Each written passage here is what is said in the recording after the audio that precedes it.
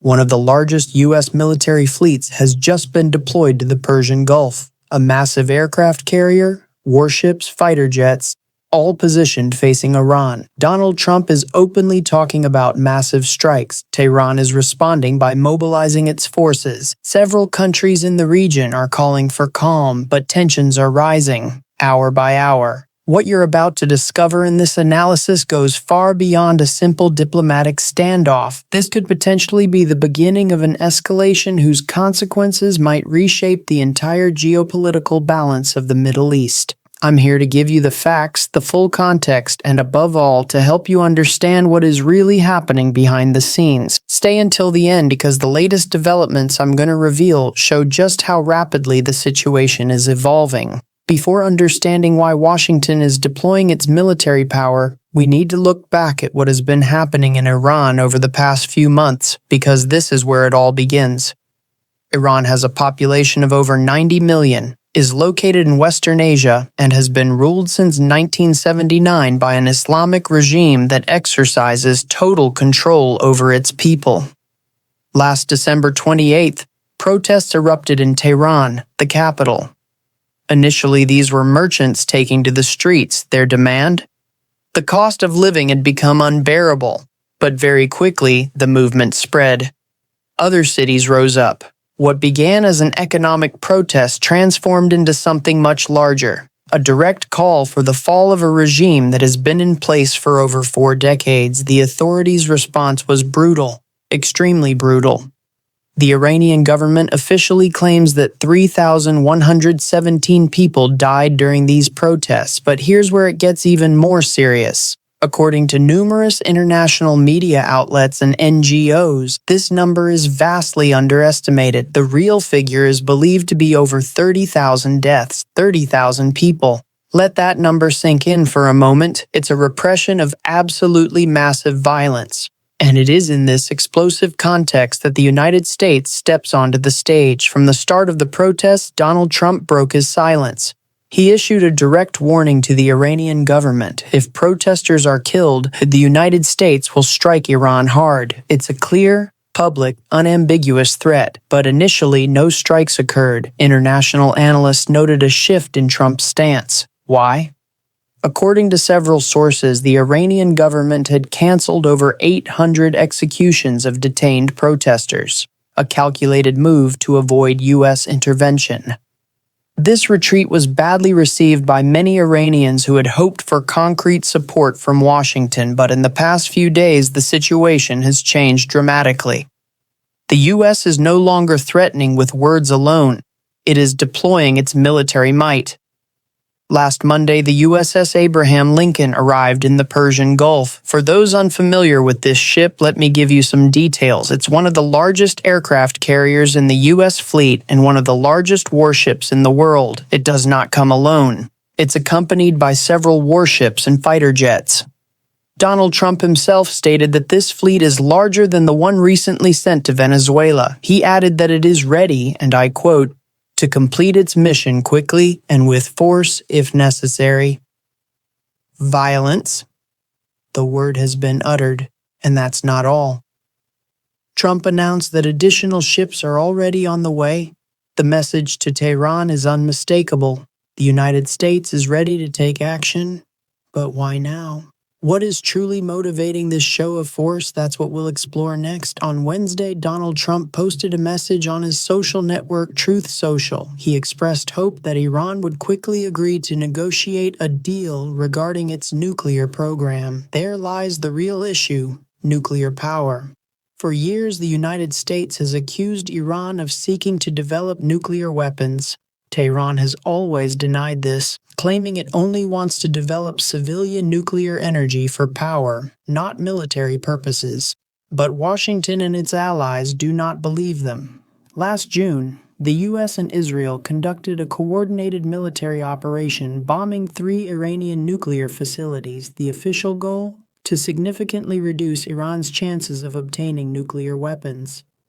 From Iran's perspective, the story is different. Tehran claims the country did not suffer a major blow to its program, as strategic materials had already been removed from the targeted sites before the strikes. Who is telling the truth?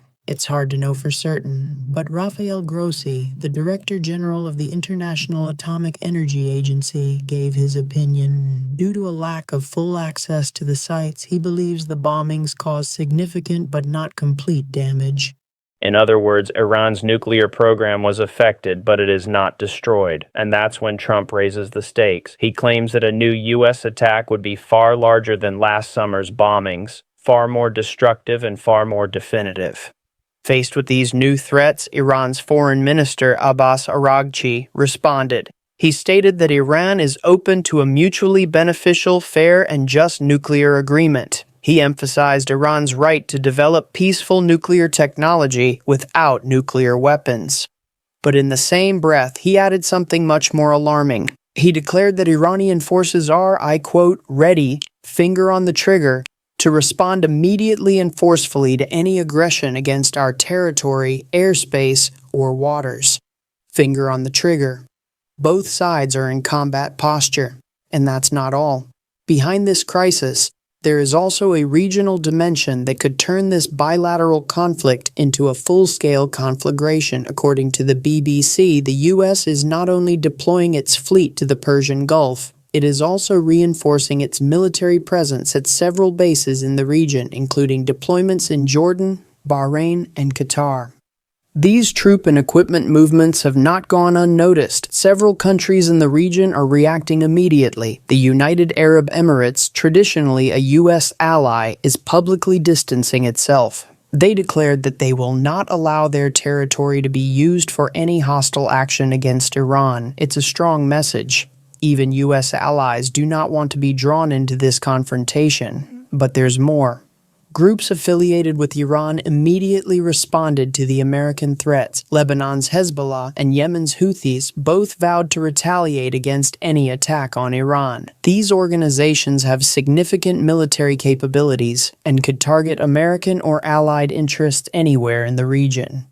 Egypt and Qatar are calling for de-escalation. They fear that an open conflict between the U.S. and Iran could plunge the entire Middle East into chaos, and their fears are not unfounded. Beyond nuclear issues, some analysts believe Washington also seeks to weaken, or even overthrow, the regime in power in Iran for decades. Why? Because Iran is a major strategic adversary of the U.S. in the region. The Iranian regime is allied with many of Washington's enemies. It funds and supports several armed groups that regularly target American interests: the Hezbollah in Lebanon, the Houthis in Yemen, various militias in Iraq and Syria. By weakening or changing the Iranian regime, the U.S. hopes to redraw the balance of power in the Middle East, but such an operation would be extremely complex and risky.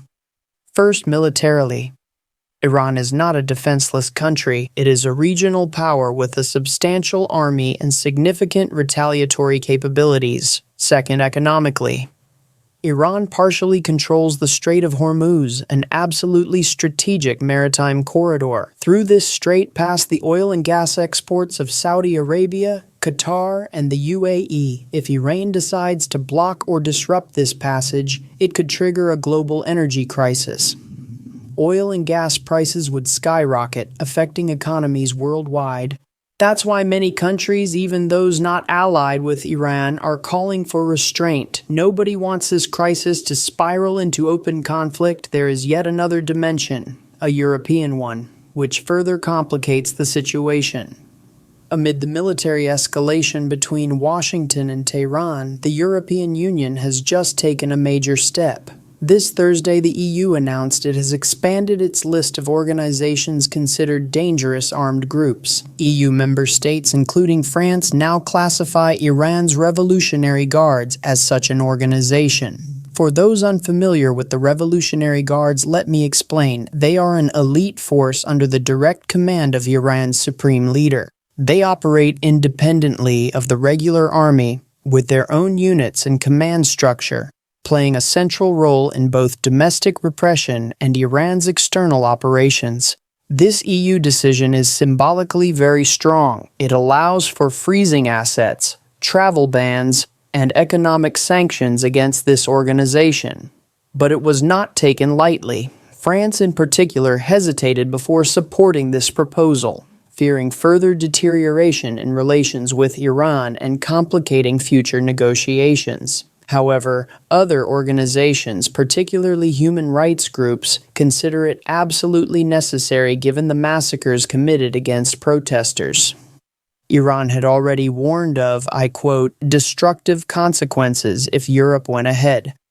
Tehran has partially followed through. Diplomatic relations have further deteriorated. This afternoon, the EU went even further. It announced sanctions against several senior Iranian officials, including the Interior Minister and Revolutionary Guard leaders, including asset freezes and travel bans in Europe. These measures show that the West, not just the US but Europe as well, is taking a tougher stance against Tehran, but they also raise a crucial question: where is all this heading? We are at a pivotal moment.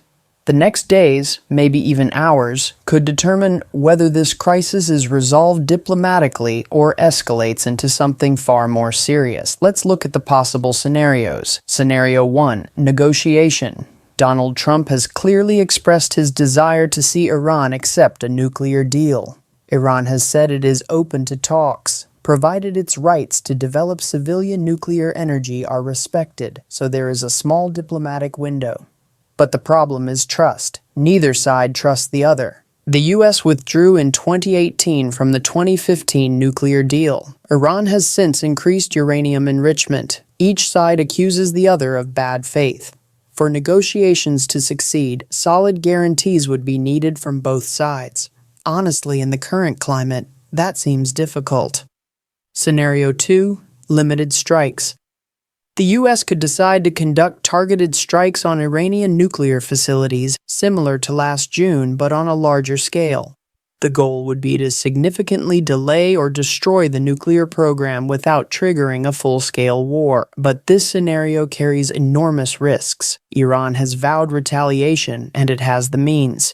It could attack U.S. bases in the region, target U.S. allies like Saudi Arabia or Israel, or disrupt maritime traffic in the Strait of Hormuz. A limited strike could easily spiral into a regional conflict. Scenario 3. Open conflict. This is the scenario nobody wants, but it's becoming more plausible.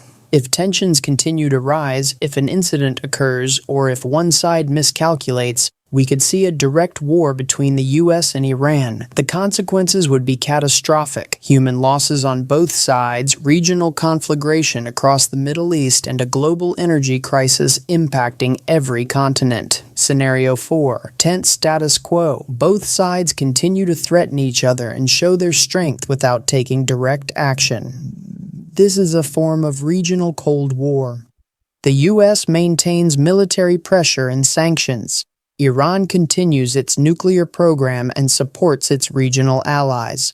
Nobody truly wins, but nobody loses either. This scenario could last months, even years, but it remains extremely unstable. One misstep could escalate into any of the previous scenarios. This U.S.-Iran crisis is not just about the two countries, it has global implications. For energy, disruption in the Strait of Hormuz, even partial, would drive oil and gas prices up, affecting your wallet whether you're in Europe, Asia, Africa, or elsewhere. Inflation could rise, transport costs could increase, and economies could slow. For regional stability, the Middle East is already a powder keg. A U.S.-Iran conflict could drag other countries into the war. Saudi Arabia, Israel, UAE, Lebanon, Yemen, Iraq, Syria, all could be directly or indirectly affected. For international order, this crisis highlights nuclear proliferation risks. If Iran acquires nuclear weapons, other countries in the region may follow. Saudi Arabia has already hinted it could develop its own nuclear program if Iran crosses this red line. For international relations, this crisis widens the gap between the West and countries like Russia and China, which have more neutral, or even friendly, relations with Iran. Moscow and Beijing could support Tehran diplomatically, complicating matters further. Since the start of this crisis, events have accelerated. Every day brings new statements, military movements, sanctions. Key elements to watch in the coming days. U.S. military movements. Trump announced more ships en route. Where will they be deployed and in what numbers? This will indicate the intensity of pressure Washington intends to maintain. Official statements. Every word matters. An overly aggressive statement could trigger a chain reaction. A small diplomatic opening could create an opportunity for de-escalation. Reactions of regional allies. What will Saudi Arabia, Israel, and the UAE do? Will they actively support the U.S. or remain neutral? Their positions could heavily influence developments. Actions by Iran and its allies, Hezbollah, Houthis, militias in Iraq. If any group attacks U.S. or allied interests, it could serve as a pretext for U.S. intervention. Behind-the-scenes negotiations. Secret discussions may occur through third countries like Oman or Qatar, potentially offering a crisis exit. Russia and China's stance. Both have interest in Iran. They could act as mediators or complicate matters by supporting Tehran. This situation is evolving constantly. What is true today could completely change tomorrow. That's why staying informed is crucial. We are facing one of the most serious geopolitical crises in recent years. On one side, the United States, the world's leading military power, deploying enormous forces and threatening massive strikes. On the other side, Iran, a major regional power, refusing to back down and promising strong retaliation. Between them lies the nuclear issue, the bloody repression of Iranian protesters, regional alliances, global energy stakes, European sanctions, and the risk of igniting the entire Middle East. The next days will be decisive. Either the two sides find even minimal common ground to avoid the worst, or the situation escalates further, potentially into an unpredictable confrontation.